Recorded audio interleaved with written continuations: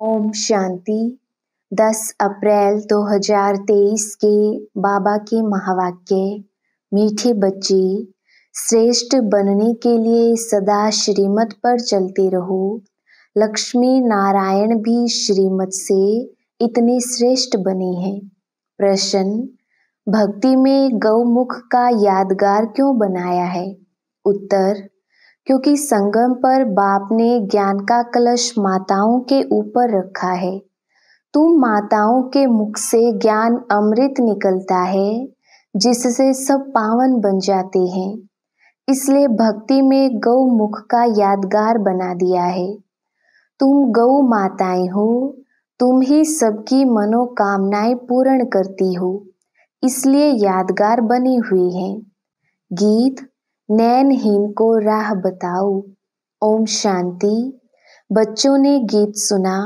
भक्ति मार्ग वाले बच्चे बाप को पुकारते हैं कि हम जो नैनहीन बुद्धिहीन बन गए हैं, हमें राह बताओ। हे प्रभु जी, याद करते हैं अपने बाप को। उनको परमपिता परमात्मा कहा जाता है।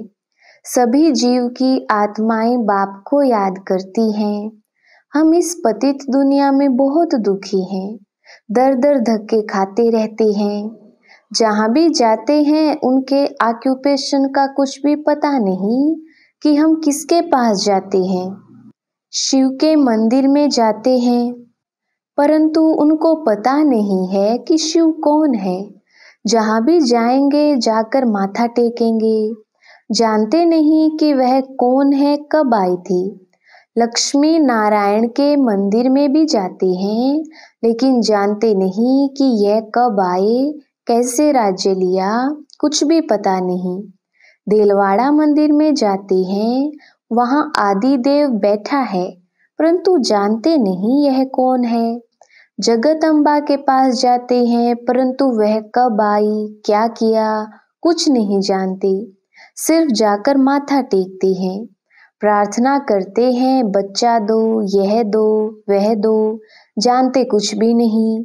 गौमुख पर जाते हैं, कितनी मेहनत करके सीढ़ी उतरते चढ़ते हैं, पता कुछ भी नहीं कि वहां क्या रखा है। एक पत्थर का गौ का मुख बनाया है। कहते हैं गौ के मुख से गंगा जल निकलता है। अब जानवर के मुख से अमृत थोड़ी निकलता। तीर्थों पर जाते हैं, किसके भी ऑक्यूपेशन को नहीं जानते हैं कि यह कब आए, क्या आकर किया। हम क्यों पूछते हैं? बुद्धिहीन होने कारण पुकारते हैं, हे प्रभु, हे बाबा, क्योंकि वह सबका बाप है। मनुष्य के 3 बाप कहे जाते हैं। एक है आत्माओं का बाप शिव, दूसरा सारी मनुष्य सृष्टि अथवा मनुष्य सीजरे का रचता प्रजापिता ब्रह्मा, तीसरा फिर लौकिक बाप।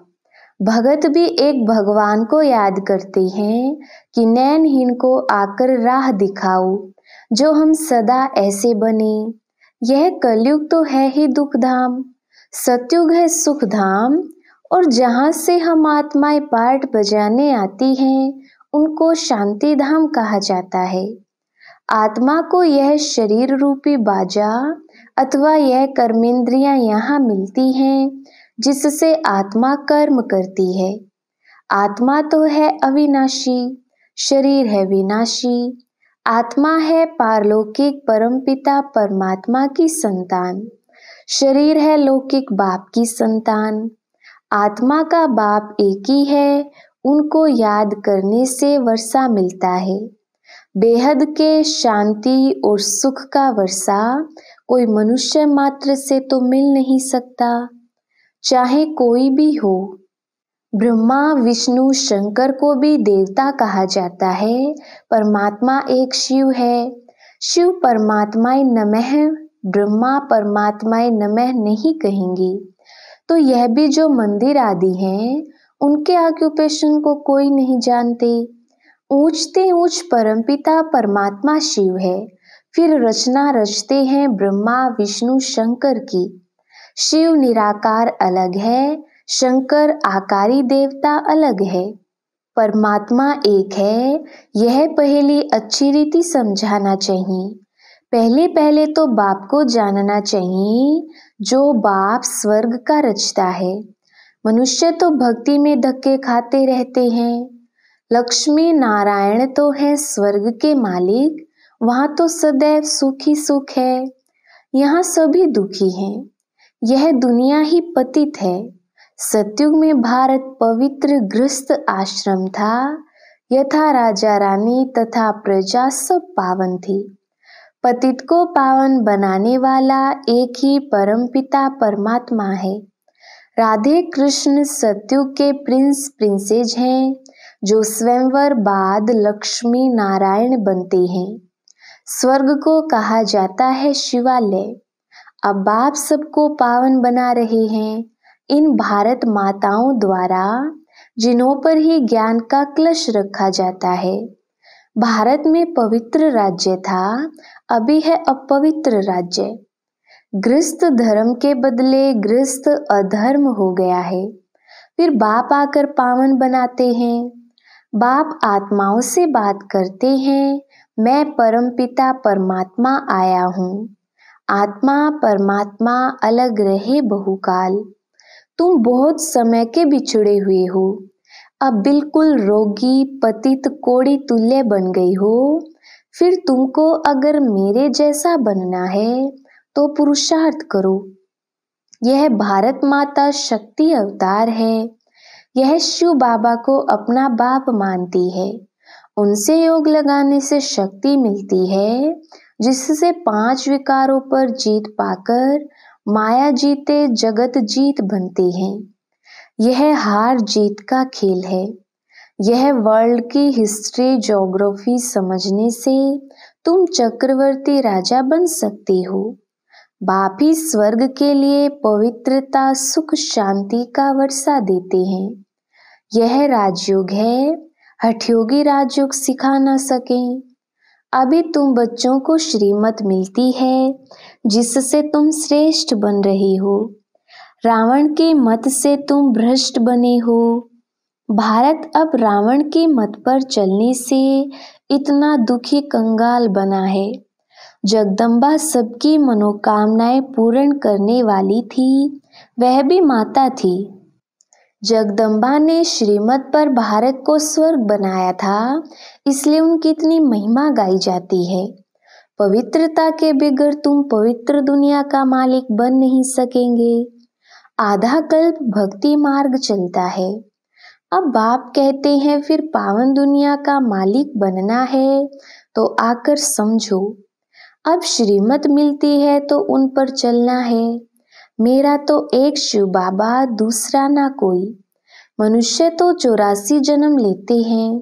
तुम शक्तियां हो। शिव बाबा से योग लगाने से तुमको शक्ति मिलेगी, नहीं तो कभी स्वर्ग के मालिक बन ही नहीं सकेंगे।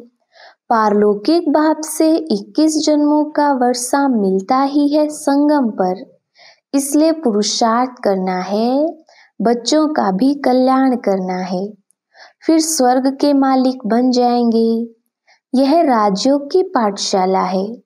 भगवानुवाच, बच्चे मैं तुमको राजयोग सिखाता हूँ, जिससे तुम राजाओं का राजा स्वर्ग के मालिक बनेंगे। सिर्फ बाप को याद करो तो अंतमति सोगति हो जाएगी। बाप सुखधाम में भेज देंगे। बाप कहते हैं मैं ही आकर सबको शांति धाम सुख धाम में ले जाता हूँ। सतयुग त्रेता में यह भक्ति आदि होती नहीं, वहां तो 21 जन्म अथाह सुख है। अब बाप कहते हैं इस रावण पर जीत पहनो। विकार के लिए शादी करना अपनी बर्बादी करना है। परमपिता परमात्मा ने ऑर्डिनेंस निकाला है कि पवित्र बनो तो जगत का मालिक बनेंगे। इस दुख धाम से शांति धाम सुख धाम में चलना चाहते हो तो यह बातें समझो। तुम जानते हो सिवाय बाप के कोई भी मनुष्य को भगवान कहना रॉन्ग है। भगवान है ही एक। अभी तुम बच्चे शिव परमात्मा की, ब्रह्मा विष्णु शंकर की, लक्ष्मी नारायण आदि सबकी बायोग्राफी जानते हो। अब तुम श्रीमत से ऐसे लक्ष्मी नारायण समान श्रेष्ठ बन सकते हो। पवित्र तो जरूर बनना है। परमपिता परमात्मा की श्रीमत पर एक बाप को याद करते रहेंगे और पवित्र बनेंगे तो 21 जन्म का राज्य भाग्य मिलेगा। कितनी सहज बात है। यह समझने से तुम भक्ति के धक्कों से, रोने पीटने से 21 जन्म छूट सकते हो। समझाना है सत्युग की स्थापना कैसे होती है, फिर यह चक्र कैसे फिरता है। सारे वर्ल्ड की हिस्ट्री ज्योग्राफी को समझो। यह तो मनुष्य ही समझेंगे। एक बाप की श्रीमत पर चलना है। सर्व पर दया तो एक बाप ही करते हैं। वह ज्ञान का सागर, सुख का सागर है। वही इन माताओं को ज्ञान का कलश देते हैं जिससे यह सबको पावन बना सकती हैं। बाकी पानी की गंगा पावन नहीं बना सकती है। यह गौ माताएं हैं जिन्हों को ज्ञान का कलश मिलता है। यहाँ तो पढ़ाई है, पढ़कर देवता बनना है। ब्राह्मण, देवता, क्षत्रिय, वैश्य और शूद्र यह वर्ण है। ऐसे यह 84 जन्मों का चक्र फिरता रहता है। इस चक्र को जानने से तुम चक्रवर्ती, राजा रानी बन सकते हो। अच्छा, बाप दादा और मीठी मीठी जगदम्बा माँ का सिकिलधे बच्चों प्रति याद, प्यार और गुड मॉर्निंग। रूहानी बाप की रूहानी बच्चों को नमस्ते।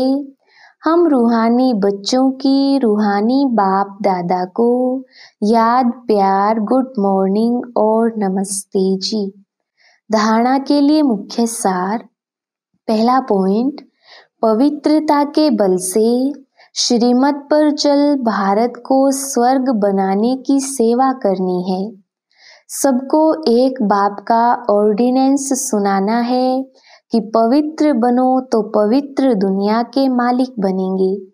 दूसरा पॉइंट, हरेक को 3 बाप का परिचय दे। दुख धाम से शांति धाम और सुख धाम में चलने की राह दिखानी है। भटकने से छुड़ाना है। वरदान, मर्यादा पुरुषोत्तम बन, सदा उड़ती कला में उड़ने वाले, नंबर 1 विजयी भव। विस्तार, नंबर 1 की निशानी है हर बात में विन करने वाले। किसी भी बात में हार ना हो, सदा विजयी। यदि चलते चलते कभी हार होती है तो उसका कारण है मर्यादाओं में नीचे ऊपर होना। लेकिन यह संगम युग है, मर्यादा पुरुषोत्तम बनने का युग। पुरुष नहीं, नारी नहीं, लेकिन पुरुषोत्तम है। इसी स्मृति में सदा रहो तो उड़ती कला में जाते रहेंगे, नीचे नहीं रुकेंगे। उड़ती कला वाला सेकंड में सर्व समस्याएं पार कर लेगा। स्लोगन, एक बाप के श्रेष्ठ संग में रहो तो दूसरा कोई संग प्रभाव नहीं डाल सकता। मातेश्वरी जी के अनमोल महावाक्य। हर मनुष्य आत्माओं को पहले पहले कौन से मुख्य पॉइंट बुद्धि में रखनी है, जिस पर खूब अटेंशन रखना है। पहले पहले तो अपने को यह पक्का निश्चय रखना है कि हमको पढ़ाने वाला कौन है। दूसरे पॉइंट है, हम सभी मनुष्य आत्माएं हैं और परमात्मा हमारा पिता है। हम आत्मा बच्चे और परमात्मा बाप दोनों अलग अलग चीज हैं। तीसरे पॉइंट, ईश्वर बेअंत भी नहीं है, ईश्वर सर्वत्र भी नहीं है। अब यही नॉलेज बुद्धि में रखनी है, इसलिए अपनी नॉलेज औरों से न्यारी है।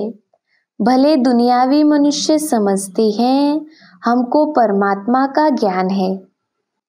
अब उनसे पूछो आप में कौन सा ज्ञान है, तो कहेंगे ईश्वर सर्वव्यापी है। अब परमात्मा तो कहता है मेरा ज्ञान मेरे द्वारा ही मिलता है, जैसे बैरिस्टर द्वारा बैरिस्ट्री, डॉक्टर द्वारा डॉक्टरी सीखी जाती है। बल वहाँ बैरिस्टर भी अनेक होते हैं। एक बैरिस्टर से ना पढ़ा तो दूसरा पढ़ाएगा, एक डॉक्टर से ना पढ़ा तो दूसरा डॉक्टर पढ़ाएगा। मगर यह ईश्वरीय नॉलेज सिवाय एक परमात्मा बिगर कोई भी मनुष्य आत्मा, चाहे साधु संत महात्मा हो, वो भी नहीं पढ़ा सकेगा। तो हम कैसे समझें कि इन्हों में कोई परमात्मा का ज्ञान है। और चौथी पॉइंट, परमात्मा युगे युगे नहीं आता, बल्कि परमात्मा कल्प कल्प एक ही बार इस संगम युग पर अर्थात कलयुग के अंत और सतयुग के आदि संगम समय पर आता है और अनेक अधर्मों का विनाश कराए एक आदि सनातन सत धर्म की स्थापना कराता है। अब लोग कैसे कहते हैं कि परमात्मा युगे युगे आता है, और ऐसे भी कहते हैं गीता का भगवान श्री कृष्ण वो द्वापर में आया। अब इन सभी बातों को सिद्ध करना है, गीता का भगवान श्री कृष्ण नहीं है, शिव परमात्मा है और वो भी द्वापर में नहीं आता, संगम समय पर आया है।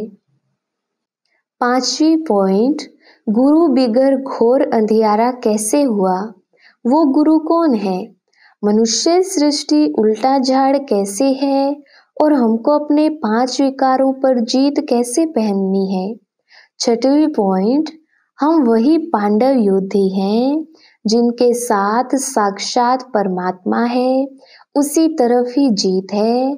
और सातवीं पॉइंट, परमात्मा खुद सर्वशक्तिवान है, तो जिन्होंने परमात्मा का पूरा साथ लिया है उन्हों को ही परमात्मा द्वारा लाइट माइट दोनों ताज मिलते हैं। अब यह सभी बातें बुद्धि में रखना, इसको ही ज्ञान कहा जाता है। दूसरी पॉइंट, बदनसीबी और खुशनसीबी, अब यह 2 शब्दों का मदार किस पर चलता है। ये तो हम जानते हैं कि खुश नसीब बनाने वाला परमात्मा और बदनसीब बनाने वाला खुद ही मनुष्य है। जब मनुष्य सर्वदा सुखी है तो उन्हों की अच्छी किस्मत कहते हैं, और जब मनुष्य अपने को दुखी समझते हैं तो वो अपने को बदनसीब समझते हैं। हम ऐसे नहीं कहेंगे कि बदनसीबी व खुशनसीबी कोई परमात्मा द्वारा मिलती है, नहीं, यह समझना बड़ी मूर्खता है। परमात्मा तो हमें खुश नसीब बनाता है, परंतु तकदीर को बिगाड़ना व बनाना यह सब कर्मों के ऊपर ही मदार है। यह सब मनुष्यों के संस्कारों के ऊपर ही है।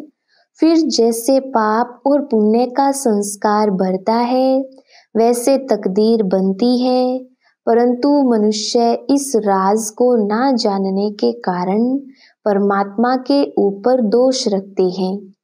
अब देखो, मनुष्य अपने को सुखी रखने के लिए माया के कितने तरीके निकालते हैं। फिर उस माया से ही कोई अपने को सुखी समझते और कोई फिर उसी माया का संन्यास कर माया को छोड़ने से अपने को सुखी समझते हैं। मतलब तो कई प्रकार के प्रयत्न करते हैं, परंतु इतने तरीके करते भी रिजल्ट दुख के तरफ जा रही है। जब सृष्टि पर भारी दुख होता है तब उसी समय स्वयं परमात्मा आए, गुप्त रूप में अपने ईश्वरीय योग पावर से दैवी सृष्टि की स्थापना कराए, सभी मनुष्य आत्माओं को खुश किस्मत बनाते हैं। अच्छा, ओम शांति।